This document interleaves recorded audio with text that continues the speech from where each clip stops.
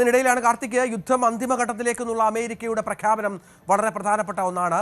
എല്ലാ സാമ്പത്തിക സ്രോതസ്സുകളും വിച്ഛേദിക്കും അമേരിക്ക. ഇന്നു മുതലാണ് ഉപരോധങ്ങൾ ഏർപ്പെടുത്തുമെന്നുള്ള പ്രഖ്യാപനം. അതിൻ്റെ പ്രഖ്യാപനമൊക്കെ അല്പസമയത്തിനകം പ്രതീക്ഷിക്കണം. എന്തൊക്കെ തരത്തിലാണ് അമേരിക്ക ഇതിനെ സമീപിക്കാൻ പോകുന്നത് എന്നുള്ളത് സാധ്യമായ എല്ലാ മാർഗങ്ങളിലേക്കും കടക്കുകയാണ് എന്ന് US treasury secretary Scott Bessent പറയുന്ന ഒരു പശ്ചാത്തലമുണ്ട്. പക്ഷേ അതിനിടയിൽ ഇത് പൂർണ്ണമായും തള്ളിക്കൊണ്ടാണ് ഇറാന്റെ നിലപാട് എന്നതും കൂടി ചേർത്ത് വെക്കണം.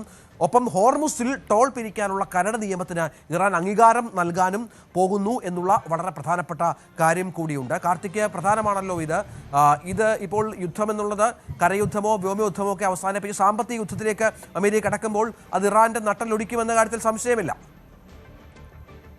സൈനിക നീക്കങ്ങൾക്കും നാവിക ഉപരോധങ്ങൾക്കും പിന്നാലെ സാമ്പത്തിക യുദ്ധമാണ് അമേരിക്ക ഇറാനെതിരെ പ്രഖ്യാപിച്ചിരിക്കുന്നത്. അതായത് നിലവിൽ ഇറാന് ലഭിക്കുന്ന സഹായങ്ങൾ, സാമ്പത്തികമായി ലഭിക്കുന്ന സഹായങ്ങൾ, അതിൻ്റെ എല്ലാ സ്രോതസ്സുകളും അടച്ചുകൊണ്ട് ഇറാനെ സാമ്പത്തികമായി കൂടുതൽ വരിഞ്ഞു മുറുക്കുക, വീണ്ടും നയതന്ത്ര ചർച്ചകളിലേക്ക് അവരെ എത്തിക്കുക. അങ്ങനെ ഒരു ടാക്ടിക്സ് ആണ് ഇപ്പോൾ അമേരിക്ക സ്വീകരിക്കുന്നത്. അത് സംബന്ധിച്ച നിബന്ധനകൾ, അതായത് സാമ്പത്തിക യുദ്ധത്തിൻ്റെ ഭാഗമായി സ്വീകരിക്കുന്ന നിബന്ധനകൾ US treasury secretary Scott Bessent പ്രഖ്യാപിക്കുമെന്നാണ് അറിയിച്ചിരുന്നത്. സ്കോട്ട് ബെസന്റിൻ്റെതായി ഒരു ട്വീറ്റ് പുറത്തു വന്നിട്ടുണ്ട്. ആ ട്വീറ്റിൽ വ്യക്തമാക്കുന്നത് എൻഡ് ഗെയിമിലേക്ക് കടക്കുന്നു, അതായത് ഈ യുദ്ധം അന്തിമഘട്ടത്തിലേക്ക് കടക്കുന്നു, സാമ്പത്തികമായി ഇറാനെ വരിഞ്ഞു മുറുക്കാൻ സാധ്യമായ എല്ലാ നടപടികളും സ്വീകരിക്കണമെന്നാണ് പ്രസിഡന്റിന്റെ നിർദ്ദേശം എന്നും പറഞ്ഞു വെക്കുന്നു. പക്ഷേ എന്തൊക്കെയാണ് നിബന്ധനകൾ, എന്തൊക്കെയാണ് പുതിയ തീരുമാനങ്ങൾ എന്ന ഈ ട്വീറ്റിൽ വിശദീകരിക്കുന്നില്ല. അത് ശ്രദ്ധേയമാണ്. അത് വരും മണിക്കൂറുകളിൽ പ്രതീക്ഷിക്കാം.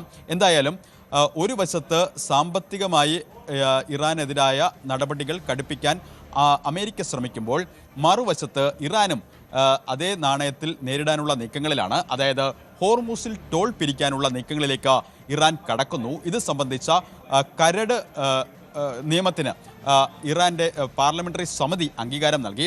ഇനിയും പല ഘട്ടങ്ങളുണ്ട്. അതായത് സുരക്ഷാ ഗാർഡിയൻ കൗൺസിൽ, അതോടൊപ്പം തന്നെ പ്രസിഡന്റിൻ്റെ അംഗീകാരം, ഇതടക്കം പാർലമെൻറ്റിൽ ചർച്ച, ഈ ഘട്ടങ്ങളൊക്കെ കടന്നിട്ട് വേണം ഇത് നിയമമാകാനെങ്കിൽ കൂടിയും ഹോർമുസിൽ ടോൾ പിരിക്കാൻ ഇറാൻ തീരുമാനിക്കുന്നു എന്ന് പറയുമ്പോൾ അത് അമേരിക്ക നേരത്തെ എടുത്ത നിലപാടുകൾക്ക് ശക്തമായി വിരുദ്ധമാണ്. അതായത് ഇറാനെ ടോൾ പിരിക്കാൻ അനുവദിക്കില്ല എന്നായിരുന്നു എല്ലാ ഘട്ടങ്ങളിലും അമേരിക്ക സ്വീകരിച്ചിരുന്ന നിലപാട്.